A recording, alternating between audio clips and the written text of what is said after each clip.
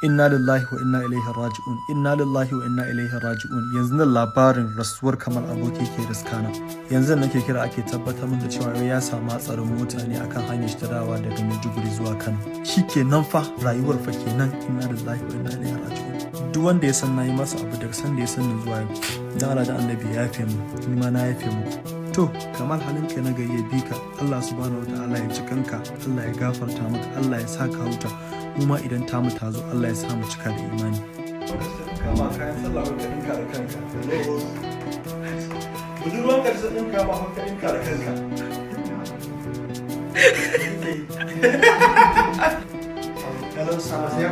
Gani ga Abis Filani muna cilawa.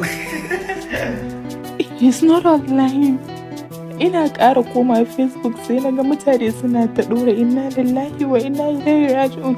So akwai wani abokinsa shi ma haka ya turo min, ban buɗe ba, irin I was so busy ban buɗe ba. Na zata kawai bidiyo ne. So ina buɗa sai na ga accident. Kamal had an accident and he died. Na tura wa Kamal message ya turo min da hotonsa saboda za a tura. Ban ga reply ɗin Kamal ba. Ashe Kamal ya rasu. Oh my goodness. Like, Kamal. Allah Ubangiji ya ji kanka, Allah ya mara ma.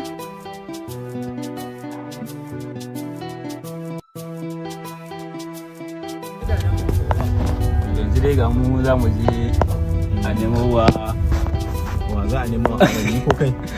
Kai za a nemo wa da an yi dan iskan ango. Kaga gayan nan za a je neman mai aure amma da kana da sha. San ta ne ba su auren dole za a bai. Kun ga wakilan iya bude. Ya daga wakili da kyamara. Wallahi a shi wannan kasan wanda daura aure da jarumai ne. Akwai kuma gyatimin kawai gashi nan. Yawwa gashi nan ba. Gaskiya ba kai sa'a. Auren nan zai albarka gaskiya. Saboda ka san me problem din ana ganin manaja za a hana ka. Za su ga darajar wannan riga. Manaja aka gadan faru? Gaskiya manaja to akwai matsala. Saboda an sha hayarsa a matsayin iyayen arziki. So wannan je dake. Da Allah baka hakuri manaja, bari mu kansu naka cikin